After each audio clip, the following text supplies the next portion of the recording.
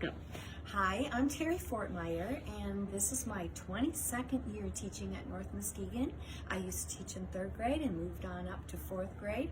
And these are portable whiteboards, and I used them a lot last year when I got them for a grant, or through a grant from the Norse Educational Foundation. And the reason I wanted these is because learning has changed. Education has changed through those 22 years hugely. Now we are looking at collaboration, critical thinking skills, the ability to solve problems in creative ways.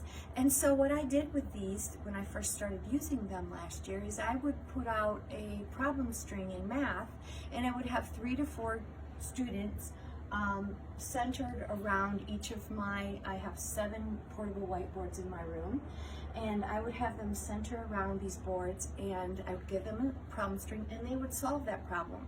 And then they would work together, and if ever I saw somebody standing out of the way, then we switched who had the markers and who was talking, and so nobody was ever left out. And then when we were all finished, we would compare strategies that the children used, and they would learn from each other that way.